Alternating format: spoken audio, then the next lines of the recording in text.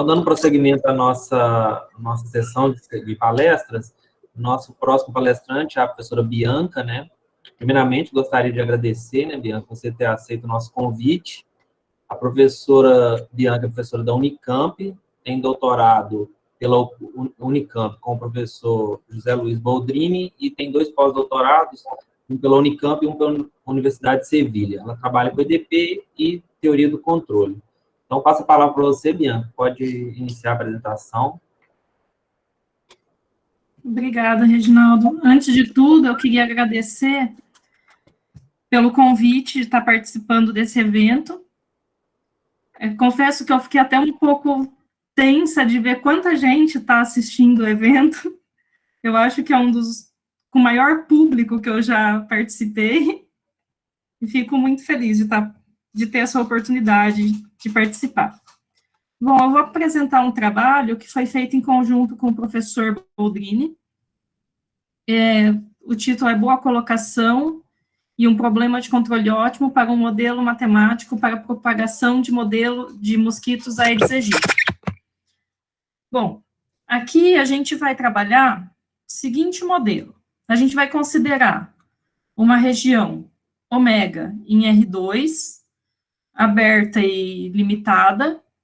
Aqui não está escrito, mas nas hipóteses vai estar que ela é de classe C2, que ela representa a região geográfica por onde os mosquitos Aedes aegypti estão se espalhando.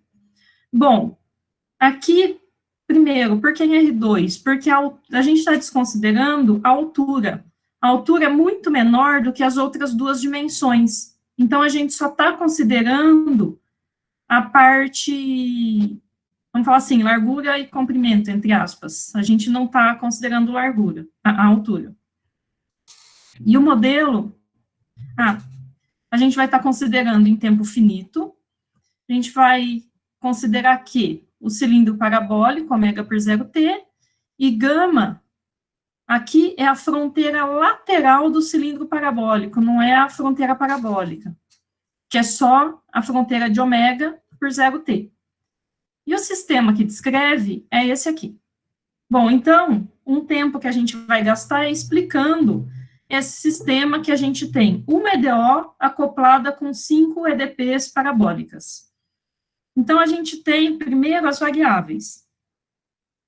A representa os mosquitos na fase aquática e representa as fêmeas que não copularam ainda, que a gente chama de fêmea imatura. Na verdade, não é que elas não são adultas, quer dizer que elas não copularam. F são as fêmeas que copularam com os machos, que a gente chama de macho normal, para não confundir com o outro. U são as fêmeas que copularam com os machos chamados estéreis. Aqui, M são os machos normais, que vêm da natureza, e S são machos estéreis, que eles são produzidos de forma transgênica ou por irradiação e inseridos artificialmente no ambiente. Então, essas são as nossas variáveis. E aí, as equações, o que a gente tem? Primeiro, vamos começar equação por equação. A primeira equação, para a variável A, ela cresce proporcionalmente ao número de fêmeas, mas aqui a gente tem um fator de correção, 1 menos A sobre a capacidade de suporte do ambiente. Então, quando a gente tem nenhum mosquito na fase aquática, isso aqui dá 1 e é simplesmente proporcional ao número de fêmeas. Se a gente tiver já a quantidade de mosquitos igual à capacidade de suporte do ambiente, isso aqui dá 0 e a gente não pode aumentar a quantidade de mosquitos na fase aquática. E aqui, φ representa a taxa de ovoposição do mosquito. Então, a gente tem isso aqui. Aí, ela diminui proporcionalmente a A. Aqui a gente tem 2 termos. Esse termo aqui, isso aqui é a taxa de maturação da fase aquática para a fase alada. Então, o que acontece? A gente tem esse termo aqui que vem para cá, para as fêmeas antes de copular, e para os machos. E a gente divide aqui a gente tem esse R, que dá a proporção que vai para as fêmeas, e um menos R, que dá a proporção que vai para os machos. E Mi é a taxa de mortalidade. Então, a gente tem essa equação. Bom, para todas as equações de fase alada, a gente tem aqui termos de difusão. Então, a gente tem K1, uma constante K1 para as fêmeas, para todas elas, supondo que seja igual. Se for diferente, o modo de fazer é igual, não tem problema nenhum. E aqui, para os machos, a gente também está supondo que são iguais as taxas de difusão. Também pode ser diferente, que não tem problema nenhum na resolução do problema. E aqui a gente tem um termo de advecção, uma velocidade de advecção, que pode ser, por exemplo, o vento arrastando os mosquitos. Então, esses termos são comuns a todos os mosquitos de fase alada. Aí, como funciona essa equação? Esse termo a gente já viu. Aí ele diminui a uma proporção de M vezes I. Aqui é macho vezes fêmea imatura. Isso aqui é proporcional ao encontro dos machos pela fêmea imatura. Esse B esse beta M é a taxa com que os machos copulam com as fêmeas imaturas, os machos normais. Aqui é o mesmo termo para os machos estéreis. Aí a gente tem uma taxa de mortalidade, e esse termo envolvendo H eu vou deixar para depois. Aqui, quando a fêmea copula com o macho normal, ela vem para cá, para a equação de F.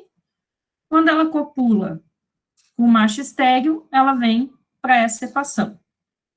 Todos eles têm uma taxa de mortalidade, que é MI, MF, MU, MM e MS. E essa seria a dinâmica normal dos mosquitos. Mas aqui eu coloquei um H1 em todas as equações e um H2 nessa última equação. O que significa isso? Esse H1, ele está relacionado a um controle químico. Então, é quando a gente está jogando veneno em uma sub-região W1. Esse W1 está contido em ômega 1, desculpa. Esse ômega 1 está contido em ômega.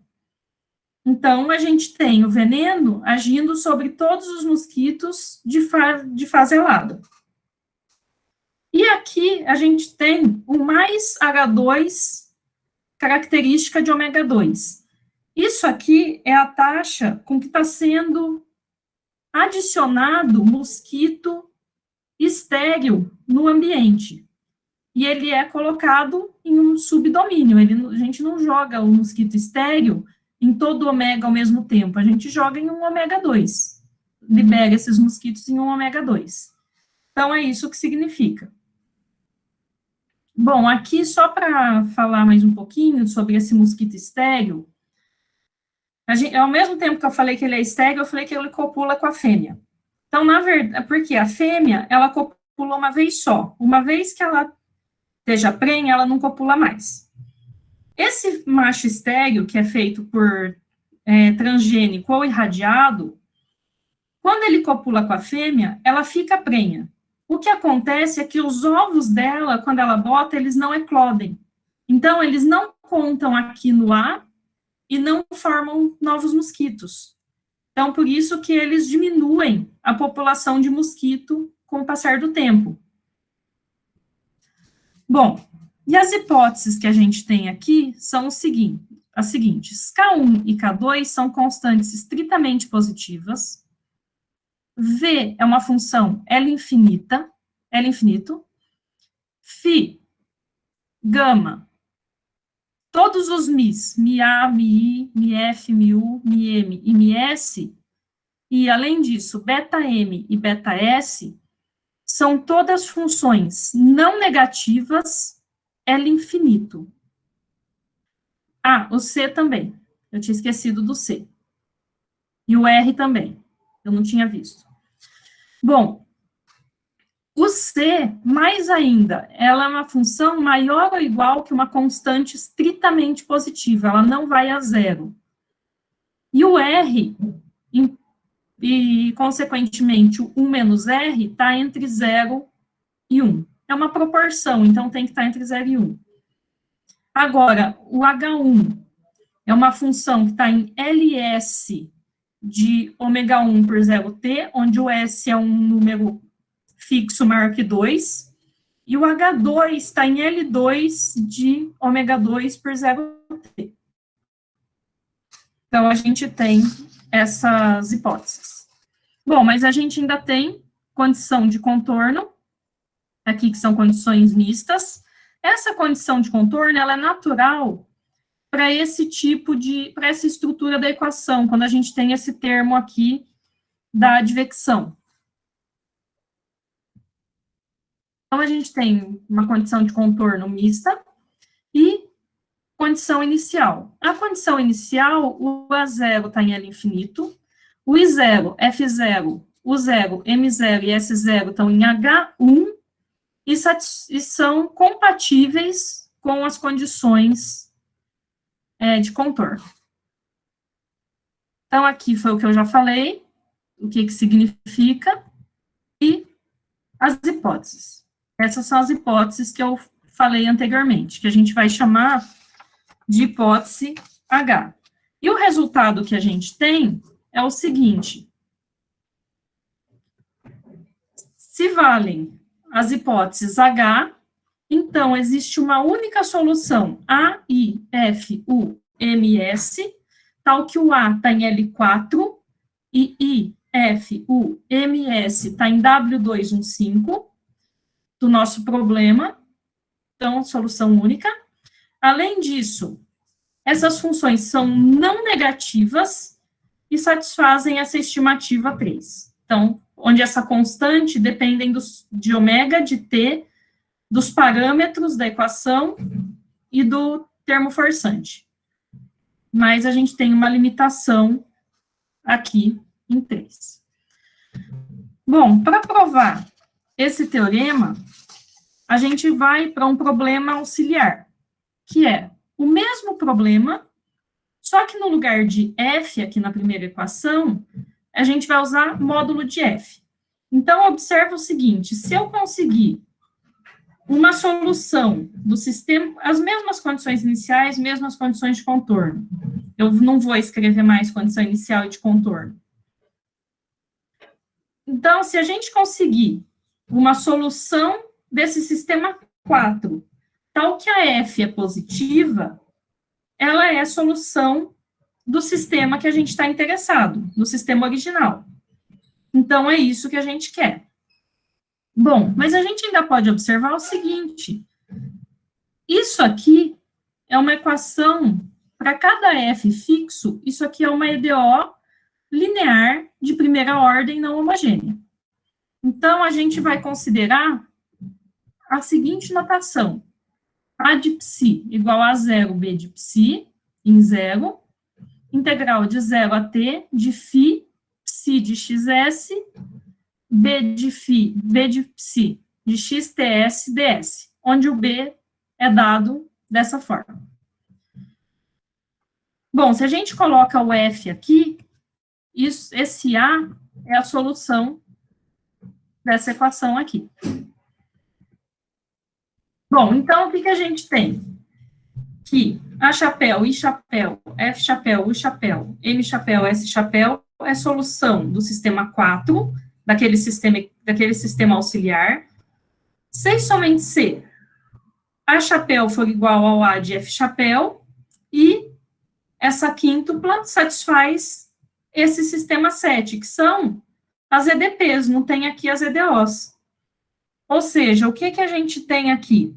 A gente tem que se I, F, U, M, S é uma solução de 7 com F maior que 0, então é uma solução, se a gente tomar igual a A de F, então isso é uma solução de 4 com F maior que 0. E uma solução de 4 com F maior que 0 é uma solução do sistema original. Então, o que, que a gente vai trabalhar? A gente vai trabalhar com o sistema 7, porque se a gente tiver esse sistema e obtiver que F é positivo, a gente tem uma solução do sistema original. E é com ele que a gente trabalha. Bom,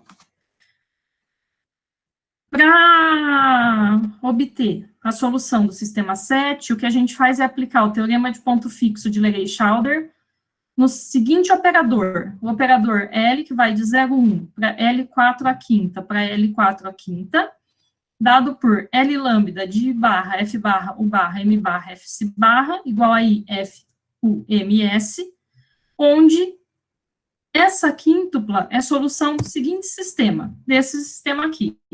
Então, aqui está o lambda, e aqui está o A de F barra. Observa que só depende de F barra, não depende dos outros Fs. Bom, se a gente conseguir um ponto fixo, então F barra vai ser igual a F. Para lambda igual a 1, essa quíntupla vai ser a solução do sistema 7, que é o que a gente quer. Então, é isso que a gente faz. Bom, mas esse operador satisfaz todas as condições do teorema de ponto fixo de Legay-Chalder. Eu não vou fazer essa verificação aqui. Ou seja, se a gente tem L de 0,1 por B para B, onde B é um espaço de Banach, satisfazendo L de 0,1 por B para B bem definido, para cada lambda em 0,1 fixo, o operador L lambda de B para B é compacto, dado um A contido em B limitado. Para cada X pertencente a o operador L de 0,1 para B é contínuo, uniformemente com respeito a A, ou seja, não depende do elemento de A. O operador L0 de B para B tem um único ponto fixo, e existe um número ρ, tal que para qualquer ponto fixo de L lambda, a gente tem que a norma em B de x é menor do que ρ. Se isso acontecer, L1 tem um único ponto fixo. Então, a gente vai ter existência e unicidade. Então, daqui, a gente tem o quê? Pelo teorema de ponto fixo de Legay-Chalder, L1 tem um único ponto fixo, o nosso B é L4 à quinta. Isso significa que o problema 7 tem uma única solução IF, U, MS, pertencente a L4 à quinta. Mais ainda, durante a demonstração desse teorema, a gente obtém mais que essa quíntupla, na verdade, está em W212, não só em L4, que o M e o S são positivos, por enquanto a gente não tem F positivo. É o que a gente precisa, a gente só tem M e S. Na verdade, no teorema, a gente precisa de todos positivos. E a gente tem essas duas estimativas para solução. Aqui, foi um errinho de digitação, é um F, não é um F barra, porque a gente está no ponto fixo. Então, a gente tem essas estimativas. Então, o que a gente tem aqui? Se a gente considerar A igual ao A de F, dado em 5, a gente já tem que o M e o S são positivos e que as estimativas 9 e 10 são satisfeitas. Então, para provar o resultado principal, a gente precisa provar que o A está em L4, A é maior que 0, I é maior que 0, F é maior que 0, U é maior ou igual a 0 e a estimativa 3. Bom, pela definição de A, se vocês olharem a definição de A, aqui em 5, ela envolve somente termos positivos. Então, o A, ele é positivo. Também a gente consegue mostrar que, como o F está em L4, o A está em L4. E, além disso, a norma de A em L4 é menor ou igual que a norma L infinito de A0, mais uma constante vezes a norma de F em L4. Então, a gente tem já a positividade e a regularidade para o A, que era o que a gente precisava provar aqui, positividade e regularidade. Agora, precisa da positividade para as outras funções. Bom, aqui, por exemplo, para I, como que a gente faz? O método canônico. Multiplica por menos a parte negativa, integra em ômega por 0t, usa que os parâmetros são não negativos, vai precisar usar que A, M e S são positivos, que o I0 é não negativo, e aí usa o lema de Gronow para mostrar que a integral de I menos ao quadrado de x é menor ou igual que zero. Ou seja, se o I menos é zero, a gente tem que é positivo, método canônico. A mesma coisa para F e para U. Então, aqui, ó, a gente tem o F positivo, que era o que a gente precisava. De onde a gente conclui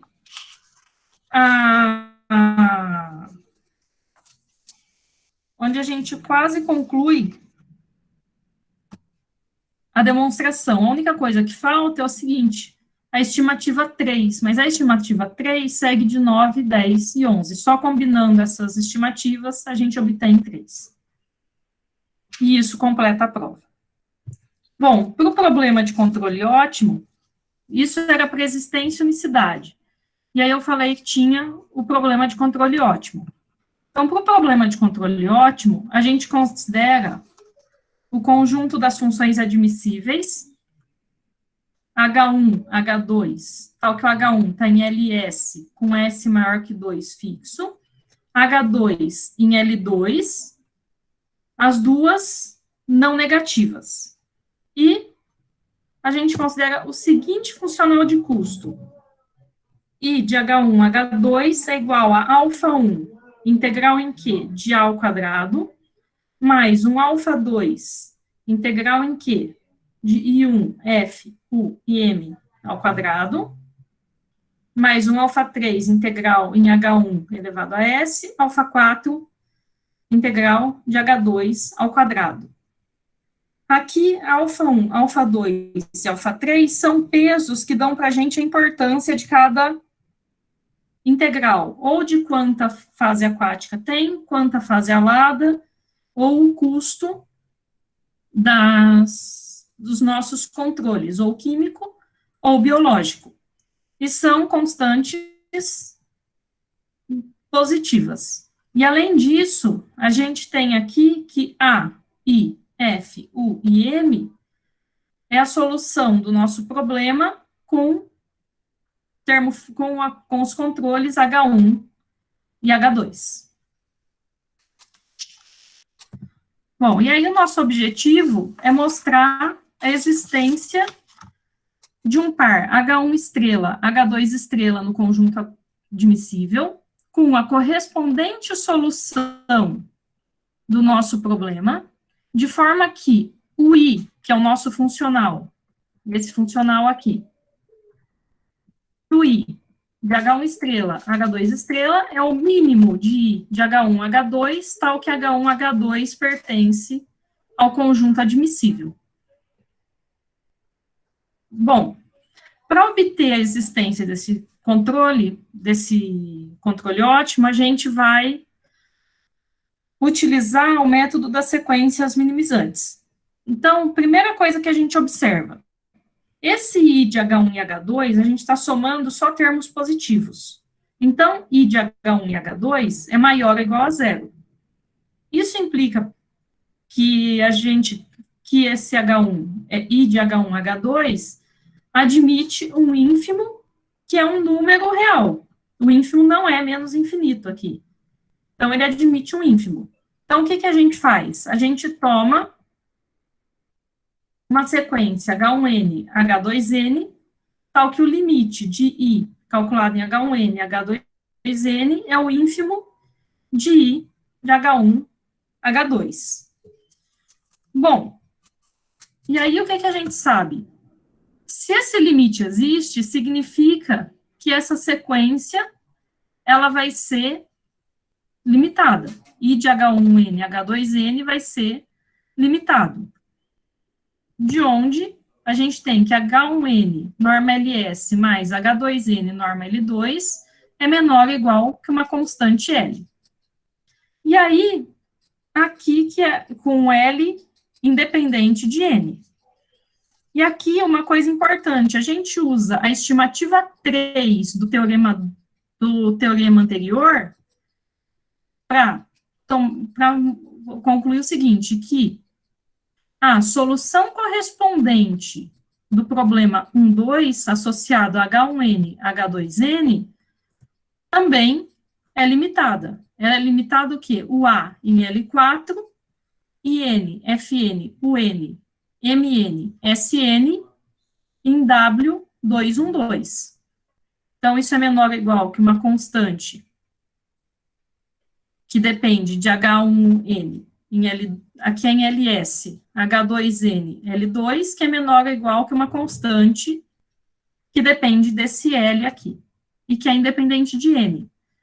Então, como a gente tem essas limitações, a gente tem que existem subsequências que são convergentes. H1 em LS, H2 em L2, o A em L4, e F, U, M e S em W212. Convergências. Bom, só que a gente tem mais ainda. Como o W212 em R2 está contido compactamente em L4, a gente tem convergências fortes em L4 de I, F, U, M e S. Com essas convergências, a gente consegue duas coisas. Primeiro, que o H1 barra e o H2 barra são controles admissíveis. E a gente consegue passar o limite M tendendo a infinito no sistema 1, 2 e obter que esses limites dessa sequência, a barra, I barra, F barra, U barra, M barra, S barra, é solução do nosso problema original associada ao H1 barra, H2 barra. E aí a gente precisa mostrar o quê? Que H1 barra, I de H1 barra, H2 barra, é o mínimo de I de H1, H2, com H1, H2 admissíveis. Então, a gente vai olhar o seguinte, como o funcional é convexo, a gente tem que o I de H1 barra, H2 barra, é menor ou igual que o lim-inf do I de H1M, H2M.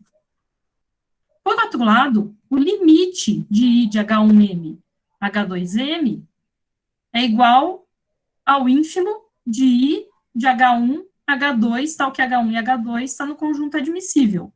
Isso implica que I de H1 barra, H2 barra é menor ou igual ao ínfimo do I de H1, H2. Mas falar que é menor ou igual que o ínfimo implica que ele é, na verdade, o mínimo. Então, quando a gente toma H1 estrela, H2 estrela, como sendo H1 barra, H2 barra, e a solução correspondente, a gente obtém o controle ótimo desejado. E assim, a gente prova os resultados propostos.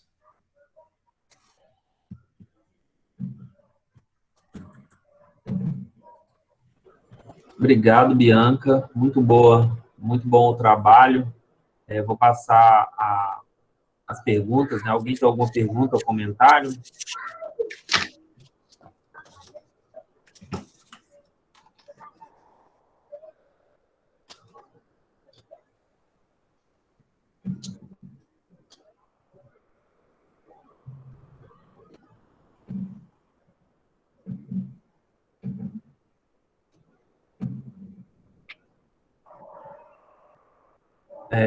Lenin, pode falar.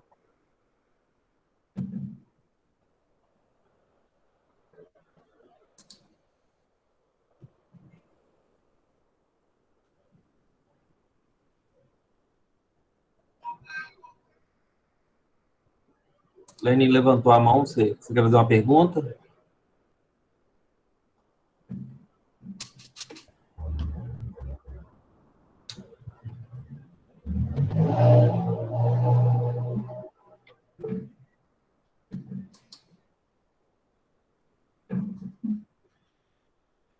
Bem, acho que aconteceu alguma coisa.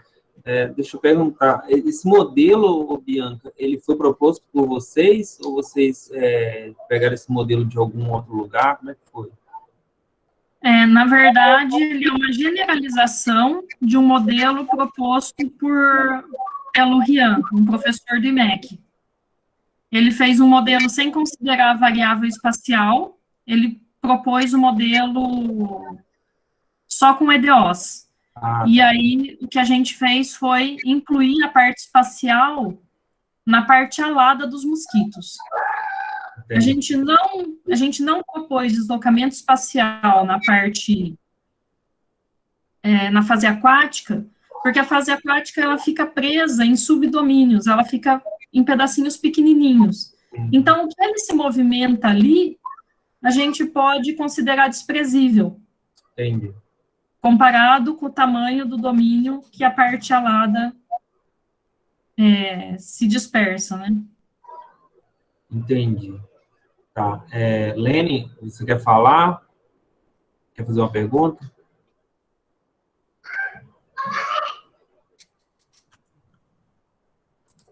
Bem, então eu acho que deve ter tido algum problema com a conexão, talvez.